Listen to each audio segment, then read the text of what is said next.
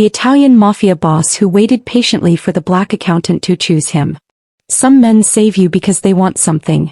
Others save you because they see something. The difference doesn't show up until later when the bill comes due. Clara Reed was 30 seconds from handling it herself.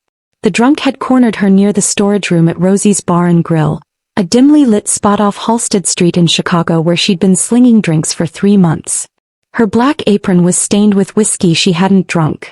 Her natural curls were pulled back in a puff that had started the shift neat and was now losing the fight against humidity and exhaustion. She was tired. Bone tired. The kind of tired that comes from sending out 47 resumes and getting back silence. His hand found her wrist. Squeezed. Come on, sweetheart. Just a little conversation in the back.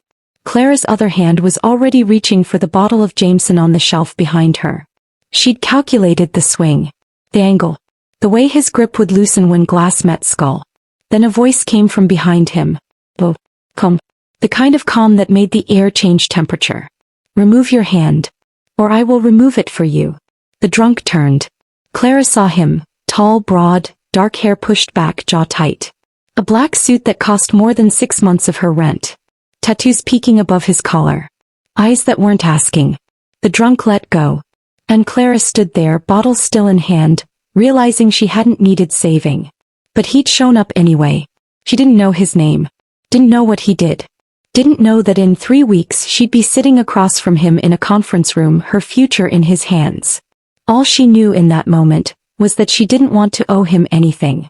So when he offered to walk her home, she said no. What happens when the man who steps in never steps away? If this is your kind of story, stay with me. Subscribe and tell me where you're watching from. I want to know who's listening tonight. Now let's begin. 3 weeks later, Clara was running late for the only interview that had called back. She'd pressed her white button down twice that morning because the first time left a faint scorch mark near the hem. Her gray pencil skirt was the nicest thing she owned, bought 2 years ago when she still believed the right outfit could open the right doors.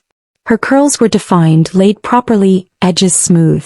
She looked like the accountant she was, not the waitress she'd become. The L train had stalled for 12 minutes between stations. No explanation. Just dead air and the slow tick of opportunity slipping away. By the time she hit the sidewalk on Michigan Avenue, she was practically running. Folder clutched to her chest.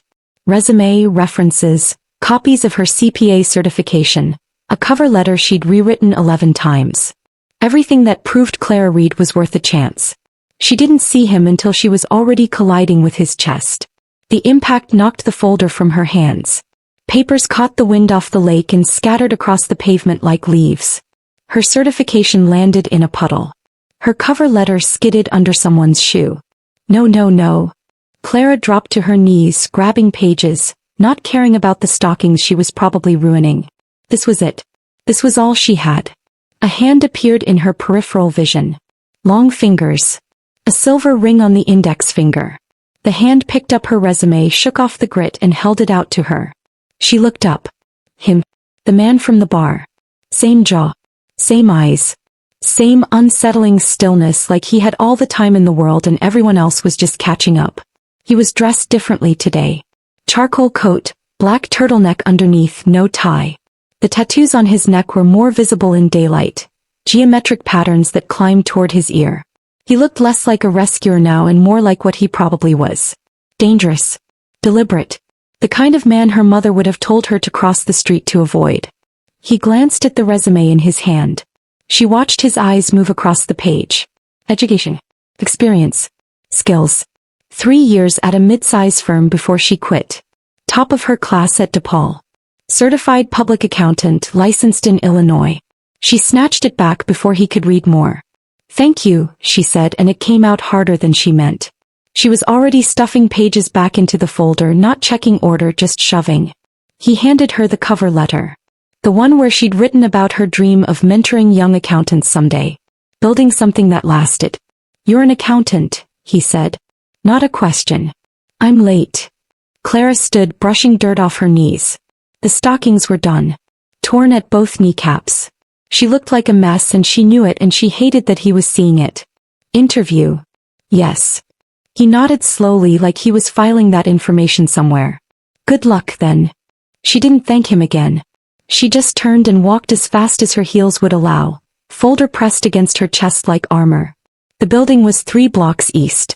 Hayes and Whitmore Financial Consulting. A boutique firm, small but growing. They'd posted the job listing 8 days ago, and Clara had applied within the hour. She made it to the lobby with 4 minutes to spare. Checked in with the receptionist. Sat in a leather chair that squeaked under her weight. Tried to catch her breath. Her hands were still shaking when they called her name. The interviewer was a man in his 50s. Gray at the temples, expensive watch, smile that didn't reach his eyes. He introduced himself as Donald Whitmore, founding partner. He gestured for her to sit. The first 10 minutes went well. He asked about her experience, her software proficiency, her familiarity with forensic accounting. Clara answered calmly, clearly. She'd rehearsed this. She knew her worth even if the world kept forgetting. Then the questions shifted. You left your last position rather abruptly, he said, flipping through her file. No notice. No reference from your direct supervisor. Clara's stomach tightened. There were circumstances that made staying untenable. Circumstances. He repeated the word like he was tasting it. I spoke with Richard Gaines last week. He mentioned you were difficult. Richard Gaines. Her former boss. The man who had cornered her in his office after hours, pressed her against a filing cabinet, told her she owed him for every opportunity he'd given her. The man she'd shoved so hard he stumbled backward into his desk. The man she'd reported to HR the next morning, only to be told her complaint was unsubstantiated, and that perhaps she should consider whether this environment is the right fit. She'd quit that afternoon. Walked out with her dignity and nothing else. Clara kept her face neutral. I left because I needed to leave. Whitmore leaned back in his chair. His eyes dropped to her blouse. Lingered. Richard said you have trouble with authority. That you don't understand how things work. He smiled. I told him I'd see for myself. Silence. Claire felt the air shift. Felt the walls close in. I'm sure we could find an arrangement that works for both of us, Whitmore continued. You need this job. I can see it in your face. And I need someone flexible. She didn't move. Didn't blink. Flexibility, she said quietly, is not what I'm offering. His smile faded. Then I don't think you're right for this position. Clara stood. Her legs felt hollow but they held her. I don't think I am either. She walked out of his office. Through the lobby. Past the receptionist who didn't look up. Into the elevator where she stared at her reflection in the mirrored doors and watched her face stay steady even as something cracked behind her ribs. She didn't cry. She'd stopped crying over men like him a long time ago. On the sidewalk, the wind off Lake Michigan hit her face like a slap. She stood there for a moment, folder still in her hands, stockings still torn, future still uncertain. A black sedan idled at the curb. She hadn't noticed it before.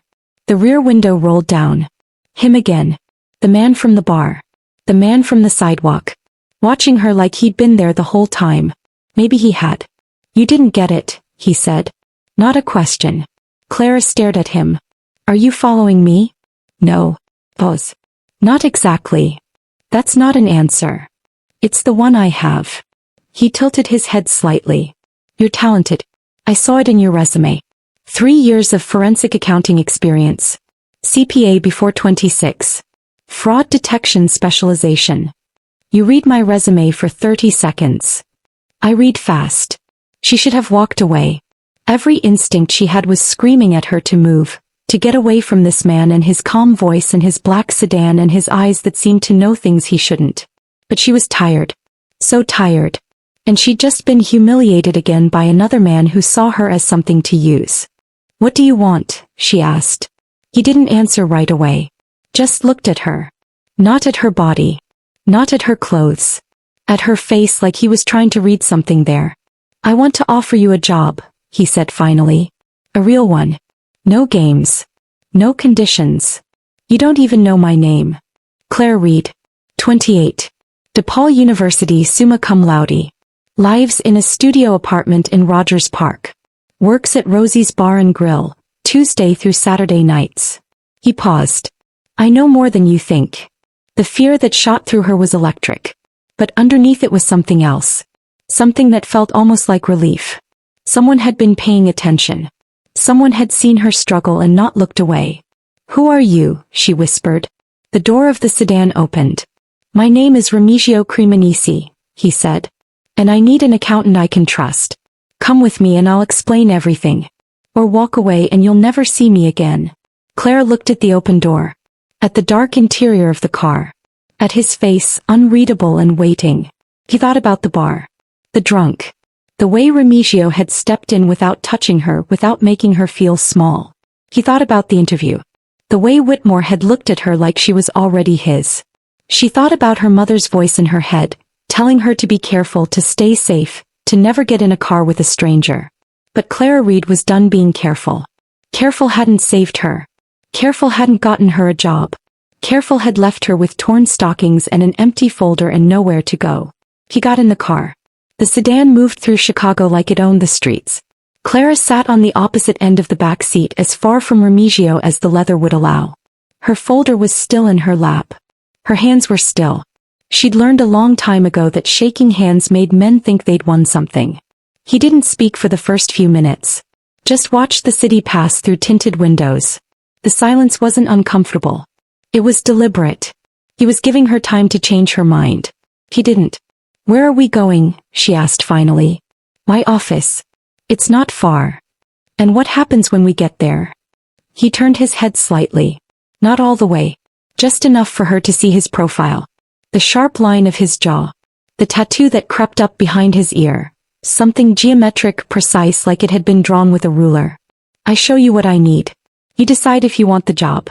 If you don't, my driver takes you home. No questions. No consequences. Just like that. Just like that." Clara studied him.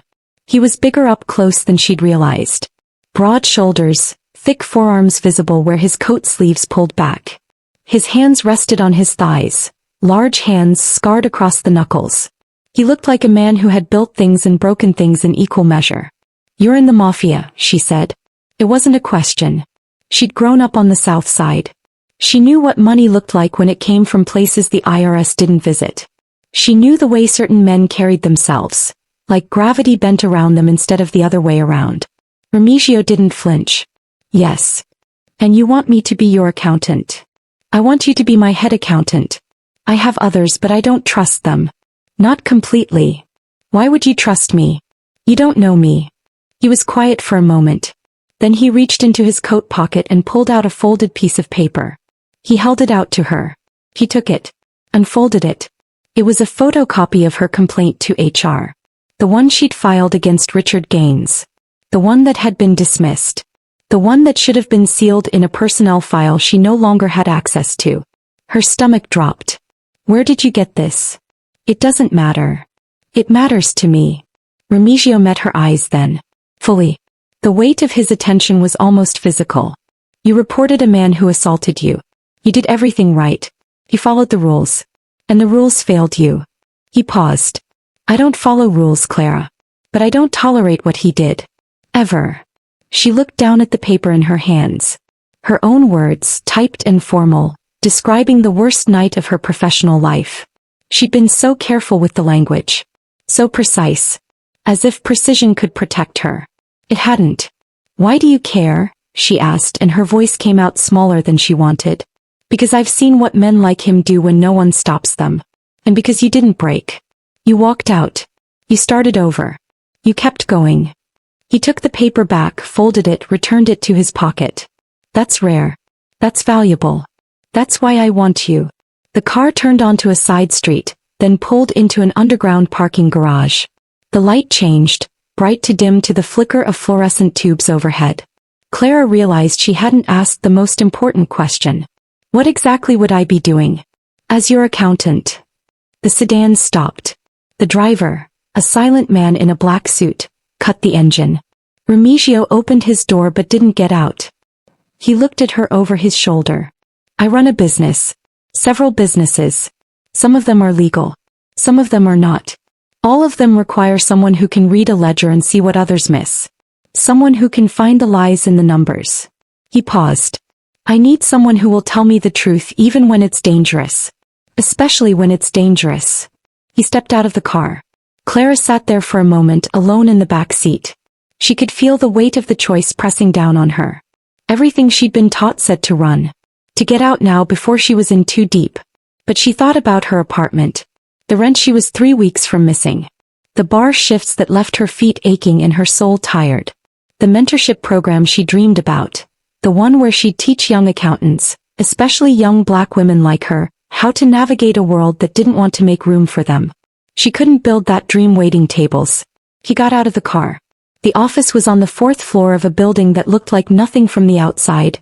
Gray brick, unmarked, forgettable. But inside it was different. Clean lines. Expensive furniture. The kind of space that whispered money without shouting it. Remigio led her to a corner office with floor-to-ceiling windows that looked out over the city. The desk was massive, dark wood neatly organized. Behind it, a wall of bookshelves filled with leather-bound volumes that looked like they'd actually been read. He gestured for her to sit. She did, in a leather chair that probably cost more than her car. He remained standing. Not looming. Just present. The salary is $200,000 a year plus benefits. You'd have an office down the hall from this one. A staff of 3 if you want them. Full access to all financial records across my operations. Clara blinked. 200,000. Is that a problem? That's more than double what I made at my last job. Your last job underpaid you. Most jobs underpay people like us. He caught the phrasing. People like us. You mean accountants? The corner of his mouth twitched. Almost a smile. I mean people who come from nothing and have to be twice as good to get half as far. She didn't know what to say to that. So she said nothing. Remigio walked to the window, hands clasped behind his back. The light caught the tattoos on his neck and she saw more of them now. Lines and patterns that disappeared beneath his collar.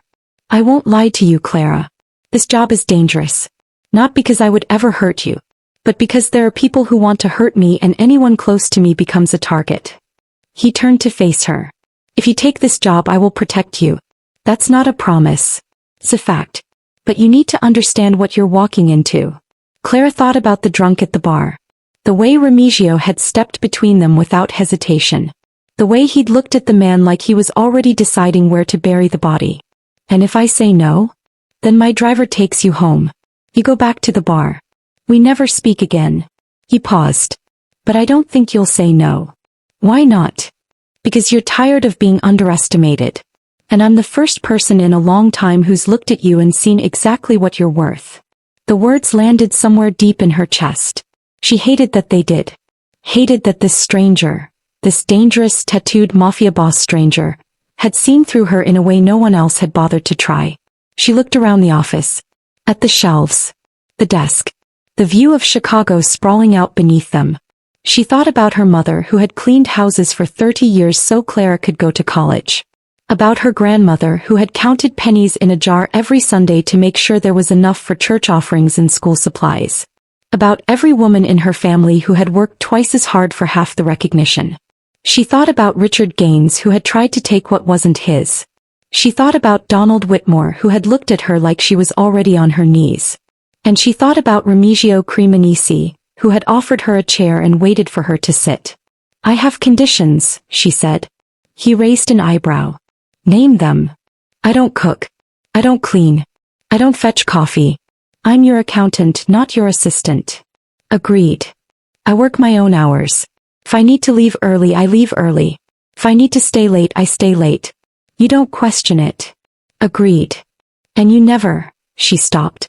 Swallowed. Started again. You never touch me without my permission. Ever. Something shifted in his face. A softening she hadn't expected. He stepped closer, not too close, just close enough for her to see the flecks of gold in his dark eyes. Clara. Her name in his mouth sounded different. Heavier. I would rather cut off my own hand than touch you without your consent. That is not who I am. And it is not who I will ever be. She believed him. He didn't know why. She'd believed men before and been wrong. But something in his voice, in the steadiness of it, the lack of performance, made her believe him. Okay, she said quietly. Okay. I'll take the job. He nodded once. No smile. No celebration. Just acknowledgement. Good. You start Monday. He walked toward the door then paused. My driver will take you home. Get some rest. You're going to need it. He left her alone in the office. Clara sat there for a long moment looking out at the city. The sky was starting to turn pink at the edges. Rush hour traffic crawled through the streets below. She had just agreed to work for the Mafia. She should have been terrified. Instead, for the first time in months, she felt something she'd almost forgotten. Hope. The first week was a test. Claire knew it. Remigio knew it. Neither of them said it out loud. She arrived Monday morning at 7:30, an hour before anyone else. Her office was exactly where he'd said it would be, down the hall from his, with a window that faced east and caught the morning light. The desk was new. The chair was ergonomic. A laptop sat waiting, still in its box, alongside a stack of folders thick enough to make her former colleagues weep. She didn't touch the laptop first. He touched the folders. 16 businesses.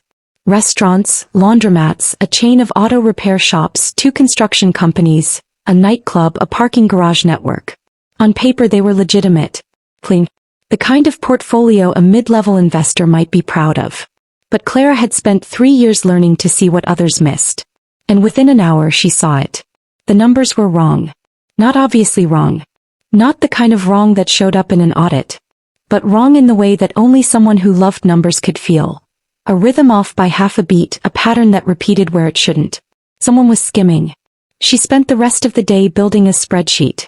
Cross-referencing invoices. Tracking deposits against reported revenue. By 6 o'clock she had a list of discrepancies that totaled just over $400,000. By 7 o'clock she had a name.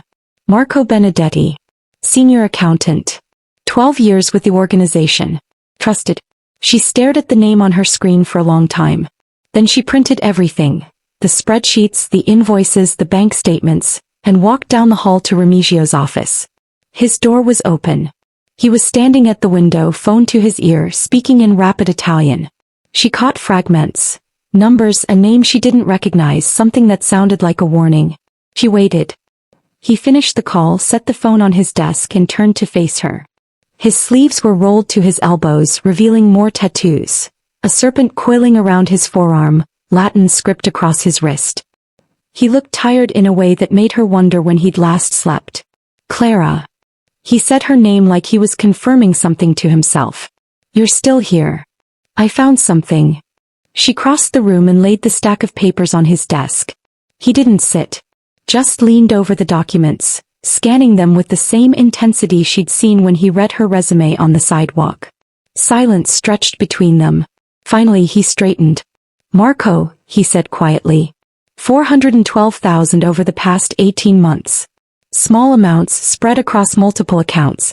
Designed to look like rounding errors or processing fees. She paused. He's good. But not good enough. Remigio's jaw tightened. She watched a muscle flex beneath the stubble. You're certain? I wouldn't be standing here if I wasn't. He looked at her then. Not at the papers. At her. His gaze moved across her face like he was searching for something. Doubt maybe. Fear. Hesitation. He didn't find any of it. Marco has been with me since my father was alive, he said slowly. He was at my mother's table for Christmas dinner last year. Claire didn't flinch. Then he's been stealing from you while eating your mother's food. Something flickered in his eyes. Not anger. Something colder. Thank you, he said. What will you do? He picked up the papers, straightened them, set them down again. His movements were precise, controlled, like a man who had learned to keep his hands busy so they wouldn't do something he'd regret. I'll handle it. She understood what that meant. She didn't ask for details. Clara. His voice stopped her at the door. You could have sat on this. Waited. Seen which way the wind blew before making enemies. Is that what you would have done? No. Pause. But most people aren't like me. Most people aren't like me either. She left before he could respond. The next morning Marco Benedetti's office was empty. His desk had been cleared. His nameplate was gone. When Clara asked the receptionist what happened, the woman just shook her head and said he'd been reassigned. Claire didn't ask to where. The weeks that followed settled into a rhythm. She arrived early, stayed late, pored over ledgers and financial statements until her eyes burned. She found 2 more leaks, smaller ones, careless mistakes rather than deliberate theft, and reported both without hesitation. Remigio never questioned her findings. Never second-guessed her methods. When she presented a problem, he listened. When she proposed a solution, he considered it. When she pushed back on something, a risky investment, a vendor she didn't trust, he didn't dismiss her. He asked her to explain. It was such a small thing. Such a simple thing. But after years of being talked over, ignored, dismissed by men who assumed they knew better, it felt like oxygen. She started to relax. Just a little. Just enough to stop bracing for the other shoe to drop. 3 weeks in, she met his mother. It was an accident. Clara had stayed past midnight, chasing a discrepancy in the construction company's payroll records. She'd kicked off her heels, let her curls down from their clip, and was sitting cross-legged in her office chair with a highlighter between her teeth when the door opened. The woman in the doorway was small, maybe 5'2", with silver hair pinned back in an elegant twist. She wore a burgundy dress and gold earrings, and she carried a Tupperware container like it was a weapon. "You're the new one," the woman said. Her accent was thick, musical, unmistakably Italian. Clara scrambled to her feet. Yes. Farid. I'm the head accountant. I know who you are. My son talks about you." The woman walked in without waiting for an invitation. She set the Tupperware on Clara's desk and opened it, revealing layers of what looked like homemade lasagna. "You're too thin. Eat." "Ma'am, Lucia." "Not ma'am. Ma'am is for old women." She smiled and her whole face changed, warm, knowing, full of something that looked like mischief. "You work too hard. He works too hard. Both of you burning candles at every end." Claire didn't know what to say. So she sat back down and accepted the fork Lucia produced from somewhere in her handbag. The lasagna was extraordinary. Lucia watched her eat with the satisfaction of a woman who had been feeding people for 60 years and knew exactly how good she was at it. "Pie's son," Lucia said after a moment. "He is not easy to know. He shows people what he wants them to see. The rest he keeps locked away." She tilted her head, studying Clara with eyes that missed nothing. "But you are not easy either, I think. I've had to be careful." "Yes. I can see it. The way you hold yourself. The way you watch doors." Lucia nodded slowly. "Someone hurt you. Someone you should have been able to trust." Clara's throat tightened. She set down the fork. "It doesn't matter now. It always matters. The wounds we carry, they shape us even when they heal." Lucia reached across the desk and patted Clara's hand. Her fingers were soft, thin, surprisingly strong. "But you are here now. And my son, he does not bring people into this building unless he trusts them. And he does not trust easily. I've noticed." Lucia laughed. A real laugh, bright and unexpected. "Good. You notice things. That's good." She stood, smoothing her dress. "Finish the lasagna. There's enough for tomorrow too." He paused at the door. "And Clara?" "Yes. He is watching you. Not the way men usually watch. Something different." Her smile softened. "Be patient with him. He has forgotten what it feels like to wait for something he cannot simply take." She left before Clara could respond. Clara sat alone in her office, the taste of tomato and basil still on her tongue, and wondered what exactly Lucia Cremonesi had come to tell her. The next morning there was fresh coffee on her desk when she arrived. No note. No explanation. But she knew who had left it. She drank it slowly, standing at her window watching the sun rise over Chicago. And for the first time since she'd started this job, she let herself wonder what it might feel like to stay. 2 months in, Clara stopped counting the days. The job had become routine. Or as routine as anything could be when your employer ran half the underground economy of Chicago. She had her systems now. Her rhythms. Morning coffee at her desk, ledgers until noon, meetings in the afternoon, deep dives into whatever problem had surfaced that week. She was good at this. Better than good. And for the first time in years, someone was letting her prove it. The money helped too. She'd paid off her credit card. Sent her mother a check that made the woman cry on the phone for 10 minutes. Put a deposit down on a real apartment. A 1-bedroom in Lincoln Park with a bathtub deep enough to drown her worries in. But it wasn't the money that kept her staying late. It was him. She noticed things now. Small things. The way Remigio always knocked before entering her office, even though he owned the building. The way he remembered how she took her coffee, black, no sugar, a splash of oat milk, and made sure it was waiting for her on mornings after she'd worked past midnight. The way he stood slightly in front of her when they walked through the parking garage, positioning his body between her and the shadows without ever mentioning it. He never touched her. Never stood too close. Never let his eyes linger in ways that made her skin crawl. But he watched. She felt it in meetings when she was presenting financial projections and his gaze stayed on her face instead of the screen. She felt it in the hallway when they passed each other and he slowed his steps just enough to match hers. She felt it late at night when she'd look up from her desk and see the lights still on in his office, and she'd wonder if he was working or waiting. It should have scared her. After everything she'd survived, a man's attention should have felt like a warning. But Remigio's attention didn't feel like hunger. It felt like vigilance. Like he was standing guard over something precious and didn't expect to be thanked for it. She didn't know what to do with that. The night everything shifted started like any other Thursday. Clara was in the conference room, spreading financial documents across the long mahogany table, preparing for a meeting with the lawyers the next morning. Remigio was at the other end, reviewing contracts, his reading glasses perched on his nose in a way that made him look almost approachable. They'd been working in silence for over an hour. Comfortable silence. The kind that didn't need filling. Then her phone buzzed. She glanced at the screen. Unknown number. She ignored it. It buzzed again. And again. And again. Popular tonight, Remigio said without looking up. Clara frowned and answered. Hello. Breathing. Heavy, wet, deliberate. I see you found yourself a new protector. The voice was male, distorted like it was coming through a filter. Didn't take long, did it? Trading one man's bed for another. Clara's blood went cold. Who is this? You know who this is, Clara. Or did you think walking out of that interview meant you were done with me? Whitmore. Donald Whitmore. Her hand started to shake. She clenched it into a fist, pressing her nails into her palm until the pain anchored her. Don't call me again. Or what? You'll tell your new boyfriend? You think he scares me? A laugh low and ugly.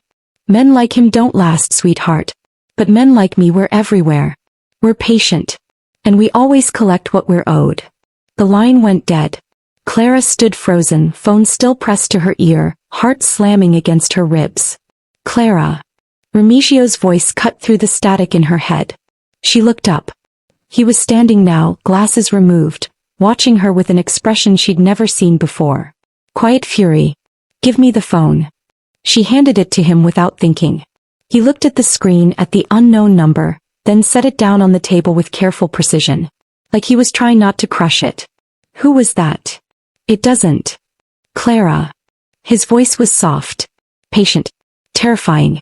Who was that? She told him. Everything. The interview at Hayes and Whitmore. The way Donald had looked at her. The proposition. The way he'd smiled when she walked out, like he knew she'd be back eventually. Like they always came back. Remigio listened without interrupting. His face revealed nothing. But his hands were gripping the edge of the table so hard his knuckles had gone white. When she finished, the silence stretched between them like a held breath. He called you, Remigio said slowly, to threaten you, to remind you that he's still watching, that he still believes he has a claim to you. He doesn't have. I know. He released the table, straightened, took one breath then another. I know he doesn't, but he believes he does. And men who believe they own women do not stop until someone teaches them otherwise. Clara hugged her arms around herself. What are you going to do? Nothing you need to worry about. That's not an answer. He looked at her then. Really looked at her. And something in his expression cracked open just enough for her to see beneath it. Not the mafia boss, not the businessman, but the man. Clara. I have spent 2 months watching you rebuild yourself in this office. I have seen you work harder than anyone on my payroll. I have seen you find problems no one else could see and solve them without asking for praise or recognition. I have seen you hold your head up even when the world told you to bow. He stepped closer. Not too close. Just close enough. And I have spent 2 months making sure no one ever makes you feel small again. Not the men on my staff. Not the clients who underestimate you. Not the world that tried to break you before I found you. His voice dropped. Do you think I will let Donald Whitmore, a man who looked at you and saw something to take instead of someone to respect, do you think I will let him continue to breathe the same air as you? Clara's heart was pounding. But not from fear. Not entirely. You can't just. I can. He said it simply. Like stating a fact. I can and I will. Not because you belong to me. You don't. You belong to yourself. But because men like him are a disease and I have the means to cure it. She should have argued. Should have told him violence wasn't the answer, that she could handle it herself, that she didn't need a man to fight her battles. But she was so tired of fighting alone. What do you need from me? She asked quietly. Nothing. Just keep doing your job. Keep building your life. Let me handle the rest. And if I don't want you to handle it? He paused.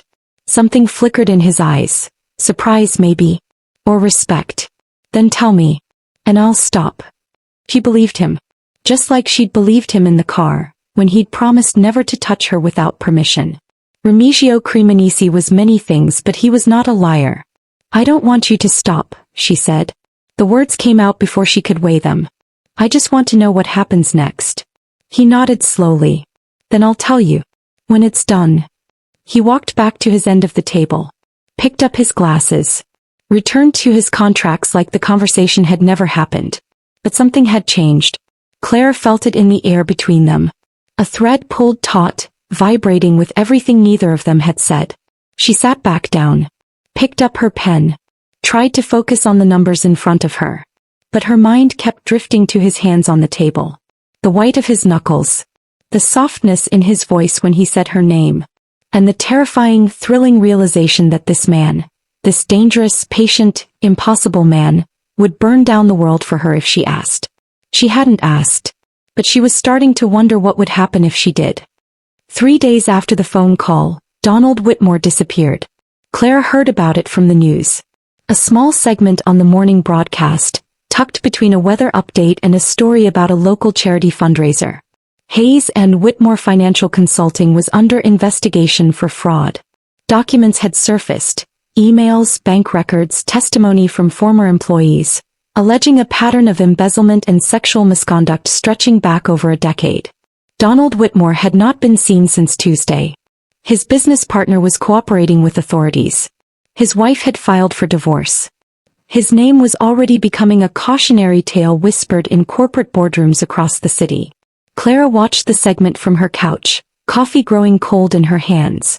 She should have felt something. Relief maybe. Satisfaction. Justice.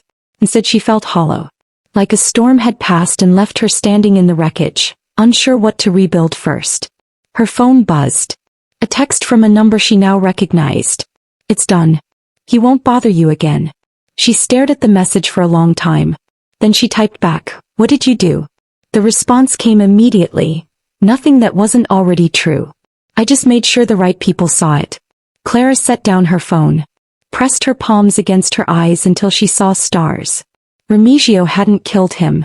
Hadn't broken his bones or buried him in a shallow grave. He'd done something worse. Something more surgical. He'd exposed the rot that Donald had hidden for years and let the world do the rest. It was elegant. Brutal. And entirely bloodless. She didn't know whether to thank him or run. He went to work anyway. The office felt different that morning. Quieter. The staff moved around her with careful deference, like they knew something had shifted but weren't sure what. Claire ignored them. She had numbers to review, reports to file, a quarterly projection that wouldn't write itself. But focus wouldn't come. Every time she looked at her screen, she saw Remigio's hands gripping the table. Heard his voice, low and certain. Do you think I will let him continue to breathe the same air as you? At noon she gave up pretending. She walked down the hall to his office. The door was closed. She knocked anyway. Come in. He was standing at the window when she entered, silhouetted against the gray Chicago sky.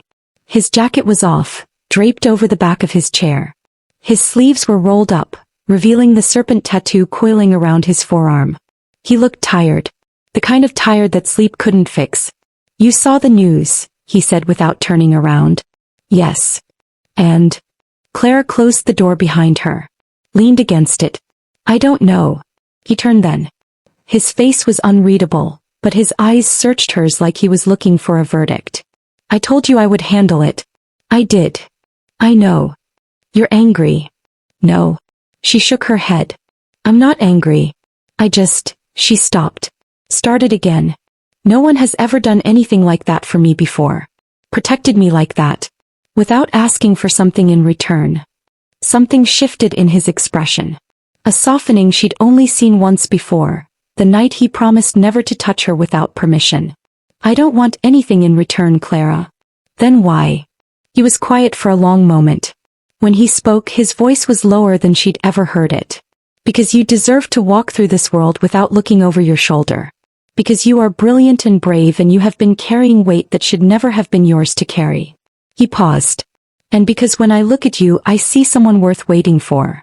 The words landed in her chest like a key turning in a lock. Waiting for what? She whispered. For you to decide what you want. Not what you'll settle for. Not what you'll accept because you're tired of fighting. What you actually want. Clara's throat tightened. She thought about all the men who had tried to take from her. Her dignity, her body, her peace. She thought about how she'd learned to make herself small, to expect less, to treat crumbs like feasts because feasts were never offered to women like her. And she thought about Remigio, who had given her a job without conditions, who had listened to her ideas without interrupting, who had destroyed a man's life simply because that man had frightened her, who was standing 3 feet away, hands at his sides, making no move to close the distance. Waiting. What if I don't know what I want? She asked. Then I wait longer. And if I never figure it out? Then I wait forever. He said it simply, like it was obvious. Like patience was just another muscle he'd learned to train. Clara felt something crack inside her. Not breaking. Opening. You terrify me, she admitted. I know. Not because of what you are. Because of how you make me feel. He didn't respond. Just watched her with those dark eyes, steady as bedrock. She pushed off from the door. Took 1 step toward him. Then another. Her heart was pounding so hard she could hear it in her ears. She stopped an arm's length away. I'm not ready, she said. For whatever this is. I'm not ready to trust it completely. I've been burned too many times. I understand. But I don't want you to stop. Waiting, I mean. He swallowed. I just need you to know that I see it. What you're doing. How careful you're being with me. I see it and her voice caught. I'm grateful. Even if I don't know how to show it yet. Remigio lifted his hand slowly, giving her time to pull away. He didn't. His fingers brushed a curl from her forehead. The touch was feather-light, barely there, gone before she could lean into it. You don't have to show me anything, he said quietly. You don't owe me gratitude or explanations or a timeline. You owe me nothing, Claire. All I ask is that you let me be here. In whatever way you'll allow. She nodded. It was all she could manage. He dropped his hand. Step back. The distance between them returned, but it felt different now. Less like a wall and more like a door left unlocked. Go back to work, he said, and there was something almost gentle in his voice. We have a quarterly report to finish. Clara laughed. It came out shaky, wet but real. You're impossible. So I've been told. She turned to leave. Her hand was on the doorknob when his voice stopped her. Clara. She looked back. He was watching her with an expression she couldn't name. Something between hope and hunger held carefully in check. Take your time, he said. I'm not going anywhere. She nodded once. Then she left, closing the door softly behind her. In the hallway, she pressed her back against the wall and let out a breath she hadn't realized she was holding. She wasn't ready. But for the first time in her life, she was starting to believe that ready might actually come. The truth found her on a Wednesday. Clara was buried in paperwork, cross-referencing vendor payments for the construction company, when she noticed a pattern she hadn't seen before. A series of deposits, small, irregular, spanning 18 months, flowing into an account she didn't recognize. At first she assumed it was another leak. Another Marco Benedetti situation. She started building the spreadsheet, tracing the money backward, expecting to find a greedy employee siphoning funds. What she found was worse. The account belonged to Victor Salary. The name meant nothing to her, so she dug deeper. Corporate filings. News archives. Court records. Victor Salary was the son of Enzo Salary, a man who had died 6 years ago in a warehouse fire on the south side. The official report called it an accident. Faulty wiring. No suspects. But the deeper Clara looked, the more the accident started to look like something else. Enzo Salary had been a rival. A competitor who had tried to undercut Remigio's father, who had threatened the Cremonesi family's territory, who had, according to a police report that was never fully investigated, put a hit on Remigio's younger brother. The brother who had died in a car accident 3 months before the warehouse fire. Clara sat back in her chair, heart pounding. The fire wasn't an accident. It was retribution. And Victor Salary had spent the last 6 years planning his revenge. He kept reading. The deposits she'd found weren't random. They were payments. Bribes. Victor had been building a network inside Remigio's organization. Small players, disposable ones, people who could get close to things that mattered without raising suspicion. People like the drunk at the bar. Clara's blood went cold. She pulled up the police report from that night. The drunk's name was Tommy Farrell. Petty criminal. Assault charges. Known associate of Victor Salary. He thought about the interview at Hayes and Whitmore. About Donald Whitmore's smug smile, his certainty that she would come crawling back. She searched for a connection. Found it in under 10 minutes. Whitmore's firm had handled legal work for Victor Salary 2 years ago. A small contract barely worth noting. But it was there. Tommy Farrell. Donald Whitmore. Both connected to Victor. Both had targeted her. Clara's hands were shaking as she printed the documents. Page after page after page, the evidence piling up like a verdict. She hadn't been random. She hadn't been unlucky. She had been chosen. A weapon aimed at Remigio before she even knew his name. She found him in his office, reviewing contracts with his lawyer. The lawyer, a slender man in a gray suit, took one look at Clara's face and excused himself without being asked. Remigio stood. "What's wrong?" Clara dropped the stack of papers on his desk. "Tell me about Victor Salary." The change in his expression was immediate. The calm mask he wore cracked just for a second, revealing something raw underneath. "Where did you hear that name?" "I found payments. Hidden accounts. A trail that leads straight to him." She pointed at the papers. "Tommy Farrell, the drunk who grabbed me at the bar. He works for Victor. And Donald Whitmore? He had business ties to Victor's companies." Remigio was silent. "They weren't random," Clara said, and her voice was shaking now, anger and fear tangled together. "The harassment. The threats. None of it was random. I was targeted because of you. Because Victor wanted to hurt you and I was...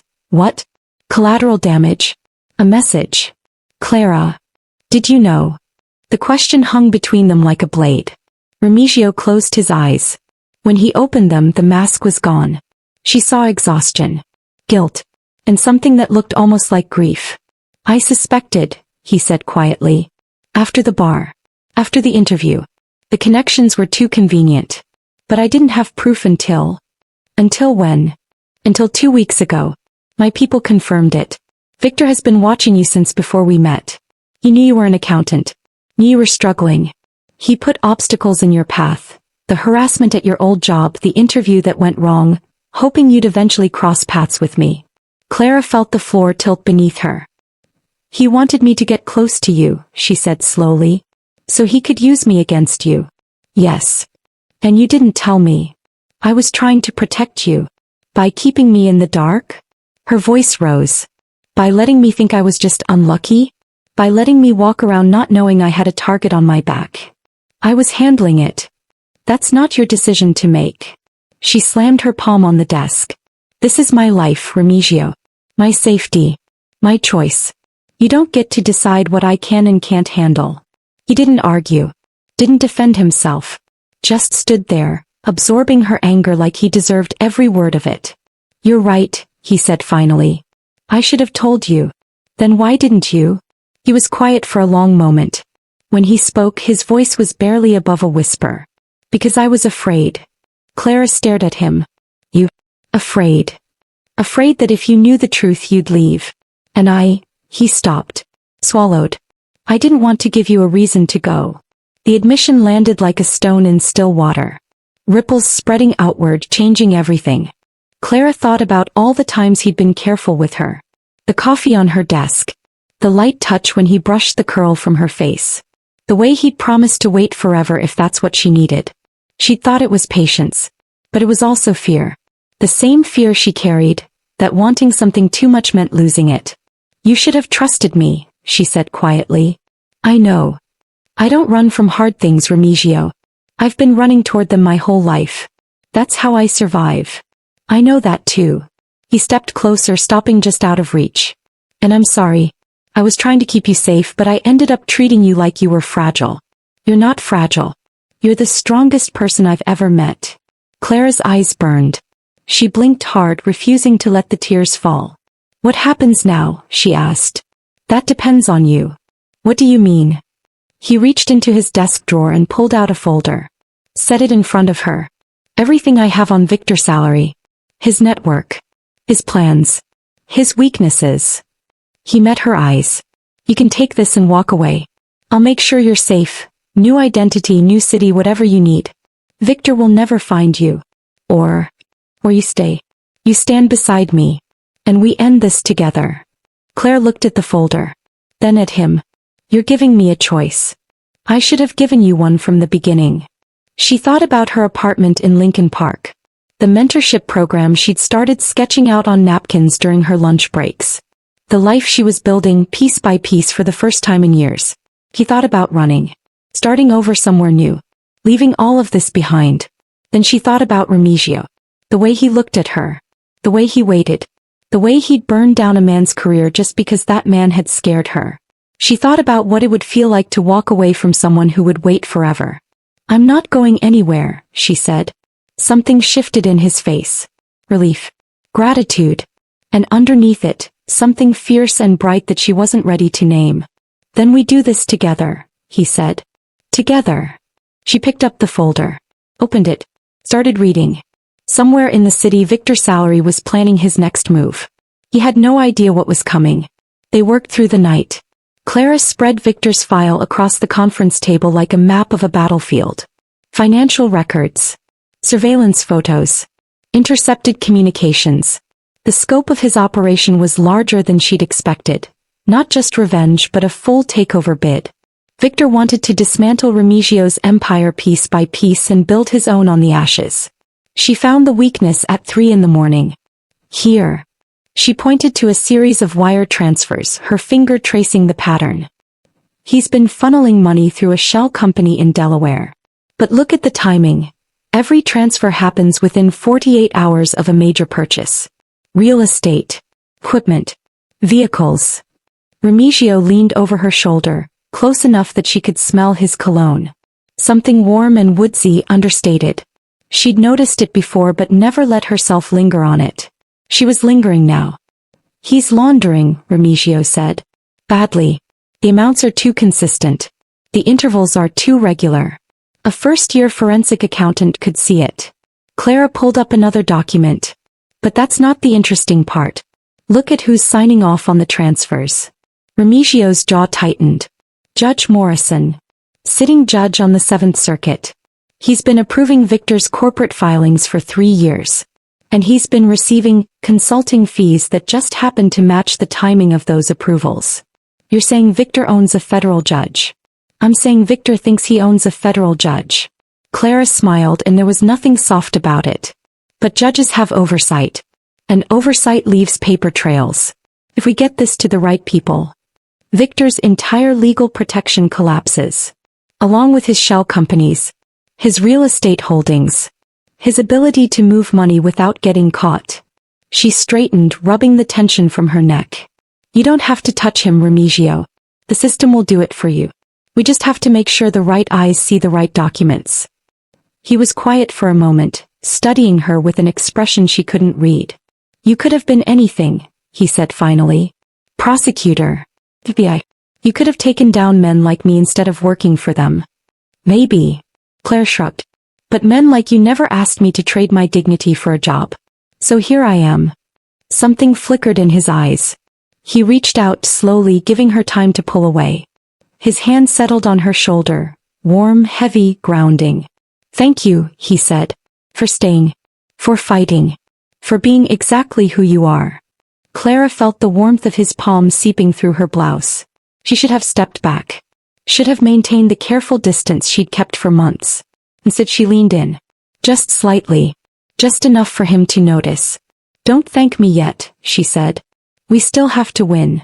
The next 72 hours were a blur. Clara compiled the evidence into a file so airtight it could have survived a hurricane. Remigio made calls, quiet ones to people whose names she didn't ask and didn't want to know. Documents found their way to federal investigators. Anonymous tips landed on reporters' desks. The machinery of accountability began to turn. Victor Salary never saw it coming. On the third day, the FBI raided his offices. Judge Morrison was suspended pending investigation. 3 of Victor's key associates were arrested trying to flee the country. Clara watched the news coverage from Remigio's office, standing at the window while the anchors dissected Victor's downfall with barely concealed glee. "It's over," she said quietly. "Almost." Remigio was sitting at his desk, phone in hand, reading a message she couldn't see. "Victor made bail this morning. He's out." Clara's stomach dropped. "What?" "He won't be out long. The evidence is overwhelming. But right now, in this moment, he's a free man with nothing left to lose." Remigio set down the phone and stood. "I've doubled your security. No one gets near you without going through my people first. And you? Victor wants me dead. He's wanted that for 6 years. This just moved up his timeline. So what do? We wait. He'll make a move. Men like Victor can't help themselves. They have to prove they're still in control even when they're not." He crossed the room to stand beside her at the window. "And when he does, we end it." Clara stared out at the city. The sun was setting, painting the sky in shades of orange and red. Beautiful. Violent. Like everything else in her life lately. "I'm not scared," she said. "I know. I should be. A man who's already tried to ruin my life is out there, desperate and dangerous, and I should be terrified." She turned to face him. "But I'm not. Because I'm not alone anymore." Remigio's expression shifted. The careful control he always wore slipped, just for a second, and she saw the man underneath. The one who had waited for months, who had given her space and time and choices, who had never once taken what she didn't offer. "You were never alone," he said. "You just didn't know I was there yet." Clara's heart was beating too fast. Her hands were trembling, but not from fear. "Remigio." "Yes." She didn't answer with words. She stepped forward, closing the distance between them. Her hand came up to rest against his chest, feeling the steady thump of his heartbeat beneath her palm. He went completely still, not pulling away, not pushing closer.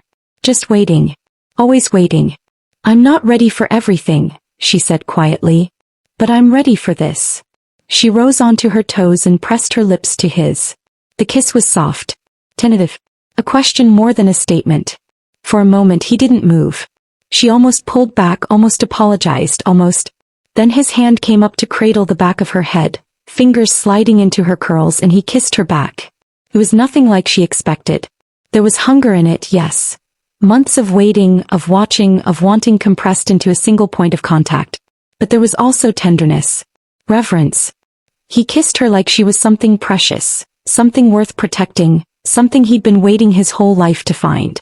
When they finally broke apart, his forehead rested against hers. His breath was ragged. His hand was still tangled in her hair. "Clara." Her name sounded like a prayer in his mouth. "I know," she whispered. "I know." She kissed him again. This time neither of them held back. Later, much later, they sat on the leather couch in his office, her head resting against his shoulder, his arm wrapped around her waist. The city glittered through the window, indifferent to the shift that had happened inside these walls. "What happens now?" Clara asked. "Victor makes his move. We stop him. Then we figure out the rest." "The rest." He pressed a kiss to the top of her head. "Us. Whatever you want us to be. Whatever you're ready for." Clara smiled against his shoulder. "You're still waiting. I'll always be waiting. The difference is now I know what I'm waiting for." She lifted her head to look at him. His face was soft in the low light, softer than she'd ever seen it. The Mafia boss, the dangerous man, the killer in a tailored suit, all of it was still there. But so was this. The gentleness. The patience. The love he hadn't said out loud but showed in every action. "I'm not easy," she warned him. "I have walls. Trust issues. Baggage. I have enemies, a criminal empire, and a mother who will absolutely interrogate you about your intentions toward her son." Clara laughed. A real laugh, bright and unexpected. "Fair point." He cupped her face in his hands, thumbs brushing her cheekbones. I don't want easy, Clara. I want you. All of you. The walls, the baggage, the brilliance. I want every version of you that exists. The tired waitress, the fierce accountant, the woman who kissed me first. His voice dropped. I want whatever you're willing to give. And I will spend the rest of my life earning it. Clara's eyes burned. She blinked hard, but this time she let the tears fall. Okay, she whispered. Okay. Okay, I'll let you earn it. She smiled through the tears. But you should know, I don't make things easy. Good. He kissed her forehead, her cheeks, the corner of her mouth. I'd be bored otherwise. She laughed again and he caught the sound with his lips. Outside the city kept moving. Somewhere Victor Salary was planning his final play. But inside this office, Clara Reed had made her choice. And she wasn't looking back. Victor came for them 3 days later. Clara was leaving the office late, later than she should have, but the quarterly reports wouldn't file themselves. The parking garage was empty except for her car and the black sedan that always waited nearby, engine idling, one of Remigio's men behind the wheel. She was 20 feet from the sedan when the lights went out. The darkness was absolute. No emergency lighting. No glow from the street. Just black, thick and suffocating. Clara stopped walking. Her hand went to her phone, but before she could reach it she heard footsteps. Multiple sets. Coming from different directions. Miss Reed. The voice echoed off concrete walls. Male. Unfamiliar. Mr. Salary would like a word. She didn't run. Running in heels on concrete in total darkness was a good way to break an ankle. Instead she spoke, keeping her voice steady. Tell Mr. Salary he can make an appointment like everyone else. A laugh. Closer now. He's not really the appointment type. Clara's eyes were adjusting. Shapes emerged from the darkness. 3 men, maybe 4, forming a loose circle around her. She could see the outline of the sedan now, but the driver's door was open. The interior light was off. They'd already taken out her security. I'm going to give you one chance, she said. Walk away now and I won't tell Remigio Cremonesi that you touched me. Touched you? The voice was amused. Sweetheart, we haven't touched you yet. But we will. Mr. Salary has questions about those documents you gave the FBI. He's very curious how you found them. I'm an accountant. Finding things is what I do. Then you'll have plenty to talk about. A hand grabbed her arm. Clara moved on instinct, pivoting, driving her elbow backward into soft tissue. She heard a grunt, felt the grip loosen and wrenched herself free. Her heel caught the man's instep and he stumbled. But there were too many of them. Another pair of hands caught her from behind, pinning her arms. She thrashed, kicked, fought, but they were bigger, stronger, and they'd done this before. Enough. The voice was different this time. A man stepped out of the shadows directly in front of her, and even in the darkness she recognized his face from the surveillance photos. Victor Salary. He was younger than she'd expected. Mid-30s maybe. Handsome in a sharp, hollow way, like a knife disguised as a smile. He wore a gray overcoat and leather gloves, and he looked at her like she was a math problem he was about to solve. Clara Reed. He said her name like he was tasting it. You've caused me a lot of trouble. Good. He smiled. It didn't reach his eyes. I was going to use you, you know. Put you in his path. Let you get close. A beautiful, brilliant black woman with a sob story and credentials he couldn't ignore. It was perfect. He'd trust you. Protect you. And when the time came you'd be my way in. He tilted his head. But you went and fell for him instead. Made things complicated. Sorry to disappoint. Oh, you didn't disappoint. You exceeded expectations. He stepped closer. Those files you compiled, the shell companies, the judge, the wire transfers, that was impressive work. It took my lawyers 3 days to understand how badly you destroyed me. Sounds like you need better lawyers. The slap came fast. Hard. Clara's head snapped to the side and she tasted copper. Victor leaned in, his breath hot against her ear. Here's what's going to happen. You're going to call your boyfriend. Tell him to come alone. Tell him if he brings anyone I'll mail you back to him in pieces.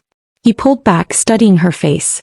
And then we'll see how much the great Remigio Cremonesi is willing to sacrifice for love.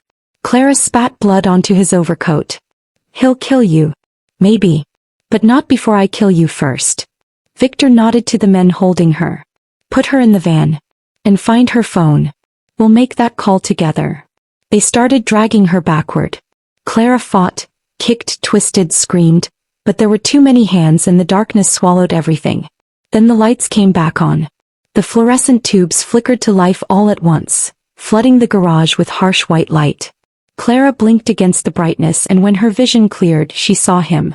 Remigio stood at the garage entrance, flanked by 6 men. His expression was calm, terrifyingly calm, and his eyes were fixed on Victor with the intensity of a predator sighting prey. Let her go. His voice carried across the concrete like a blade. Victor laughed, but there was something nervous in it now. Cremonesi, I was hoping you'd show up. We were just about to call you. I don't need a call. I knew you'd come for her. I've been waiting. Clara felt the hands on her arms tighten. Victor's men were shifting, uncertain, looking between their boss and the man who had just walked into their trap like he owned it. Remigio took a step forward. His men followed. Here's what's going to happen, he said, and his voice was almost gentle. You're going to release Clara. You're going to step away from her. And then you and I are going to have a conversation about what happens to men who touch what's mine. What's yours? Victor scoffed. She's not property, Cremonesi. She's not my property. Remigio cut him off. She's my partner. My equal. And you made the mistake of thinking she was a weakness when she's the strongest person in this room. He looked at Clara then. Really looked at her. And in his eyes she saw everything he'd been waiting to say. I've got you. Just hold on. She nodded once. Remigio returned his attention to Victor. Last chance. Let her go. Victor hesitated. His hand moved toward his coat, a gun probably hidden beneath the fabric. He never reached it. Claire moved first. She threw her head back, slamming into the nose of the man holding her right arm. He screamed, released her, and she spun, driving her palm into the throat of the man on her left. He dropped. Remigio's men surged forward. The garage became chaos, shouts, bodies, the sound of fists meeting flesh. But Clara's focus was on Victor. He was running. She kicked off her heels and sprinted after him. He made it to the stairwell before she caught up. Her hand closed on his collar, yanking him backward. He stumbled, turned, and swung, but she ducked and his fist hit concrete instead. You think you can take me? He was panting now, wild-eyed, desperate. I'll destroy you. I'll destroy everything you love. You already tried. Clara straightened. And you failed. She heard footsteps behind her. Remigio's voice, low and controlled. Step back, Clara. She did. Remigio moved past her, placing himself between her and Victor. The 2 men faced each other in the narrow stairwell, and Clara could see the moment Victor realized he'd lost. Your father killed my brother, Remigio said quietly. And I killed your father for it. That was justice. But you tried to hurt Clara. You tried to use her, break her, make her a pawn in a war she never asked to join. He stepped closer. That wasn't justice. That was cruelty. And cruelty is something I cannot forgive. Victor lunged. Remigio moved faster. 1 strike. Precise, brutal, final. Victor crumpled against the wall and didn't get up. Clara stared at the body. Then at Remigio. He turned to face her. His knuckles were split. His breathing was steady. His eyes found hers and stayed there. It's over, he said. Clara walked toward him, step by step, until she was close enough to touch. You came for me. I will always come for you. She reached up and touched his face. His jaw. The stubble rough under her fingertips. He leaned into her palm like her touch was the only thing keeping him standing. I chose you, she whispered. I know. Not because you saved me. Not because you waited. She stepped closer, eliminating the last inch of distance. Because you let me choose. Every time. Even when it was hard. Even when it scared you. He closed his eyes. When he opened them again, they were bright. Clara Reed, he said, and her name in his mouth sounded like a promise. I have loved you since the moment you refused my help and walked home alone. I have loved you through every meeting, every argument, every late night in that conference room. And I will love you until the day I stop breathing, and probably after. She kissed him. This time there was no hesitation. No question. Just certainty solid as bedrock. When they finally broke apart, the chaos of the garage was settling. Victor's men were zip-tied against the wall. The police sirens were wailing in the distance. But Clara barely heard any of it. She was looking at Remigio. At the man who had waited. At the man who had let her choose. At the man she had chosen. "Take me home," she said. He laced his fingers through hers. "Always." 6 months later. Clara stood at the window of her new office. The one with her name on the door and a view of the Chicago skyline that still made her breath catch. Below her, a group of young accountants were settling into their desks, fresh out of college, eager and nervous and full of potential. Her mentorship program. Her dream. Finally real. A knock on the door frame made her turn. Remigio leaned against the doorway, arms crossed, watching her with that quiet intensity she'd grown to love. "How's the first day going, boss?" "Don't call me boss. You are technically my head accountant. That makes me your employee. That's not how any of this works, and you know it." He grinned, a real grin, rare and devastating, and crossed the room to stand beside her. His arms slid around her waist and she leaned into him automatically. Naturally. Like she'd been doing it her whole life. "They're going to be incredible," he said, nodding toward the young accountants below. "They're terrified." "Good. Fear means they care." He pressed a kiss to her temple. "You were terrified once too." "I was never terrified. You held a bottle of Jameson like a weapon the night we met." "That's not fear. That's preparation." He laughed, low, warm, real. Clara watched her men introduce themselves to each other. Watched them pull out laptops and notebooks and the same hopeful determination she'd carried at their age. She thought about everything it had taken to get here. The harassment, the humiliation, the long nights and hard choices. She thought about Remigio who had waited. She thought about herself who had finally been ready. "Hey." His voice was soft now, just for her. "Where'd you go?" "Nowhere." She turned to face him, resting her hands on his chest. "I'm right here." He covered her hands with his. His eyes searched her face, finding whatever he was looking for. "Marry me," he said. Clara blinked. "What?" "Marry me. Not today. Not even this year if you're not ready. But someday. Whenever you choose." He lifted her hand to his lips, kissed her knuckles. "I told you I'd wait forever. I meant it." Clara stared at him. At this impossible, patient, dangerous man who had given her space to heal and room to grow and the freedom to choose her own path. He thought about saying no. About waiting. About being practical. Then she thought about how tired she was of being practical. "Yes," she said. His eyes went wide. "Yes. Yes. Not someday. Now." She laughed at his expression. Shock and joy and disbelief all tangled together. "I'm done waiting, Remigio. I know what I want. I've known for months. And I want you." He kissed her so hard her back hit the window. She didn't mind. 1 year later. The wedding was small. Lucia cried through the entire ceremony. Clara's mother sat in the front row, dabbing her eyes with a handkerchief and whispering to anyone who would listen about how she'd always known her daughter was destined for greatness. Clara wore white. Remigio wore black. Their vows were simple. Promises kept quiet, meant only for each other. Afterward, at the reception, Clara found a moment alone on the balcony. The city stretched out below her, glittering and vast and full of possibility. She thought about the girl she'd been 2 years ago. Exhausted. Defeated. Holding a bottle of whiskey in a dingy bar ready to swing. She didn't feel like that girl anymore. He felt like someone new. Someone who had survived the fire and come out stronger. Someone who had built a life she was proud of. Not because a man had saved her, but because she had saved herself. And then she had chosen to let someone walk beside her. Footsteps approached. Remigio appeared at her side, jacket off, sleeves rolled up, looking at her like she was the only thing in the world worth seeing. "You disappeared," he said. "Just thinking. About how far I've come. How far we've come." She turned to face him, taking his hands in hers. "About how grateful I am that you waited." He lifted her hands to his lips. Kissed each knuckle, slow and deliberate. "I would have waited forever," he said. "I know." She smiled. "But I'm glad you didn't have to." He pulled her close and they stood there together. Two people who had found each other in the wreckage and built something worth keeping. The music drifted out from inside. Lucia was arguing with the caterer. Clara's mother was teaching one of Remigio's men how to do the electric slide. It was chaos. It was family. It was home. Clara leaned into her husband's chest and let out a breath she hadn't realized she'd been holding. She was exactly where she was supposed to be. And for the first time in her life, she wasn't waiting for anything at all. Some people wait their whole lives for someone who sees them clearly.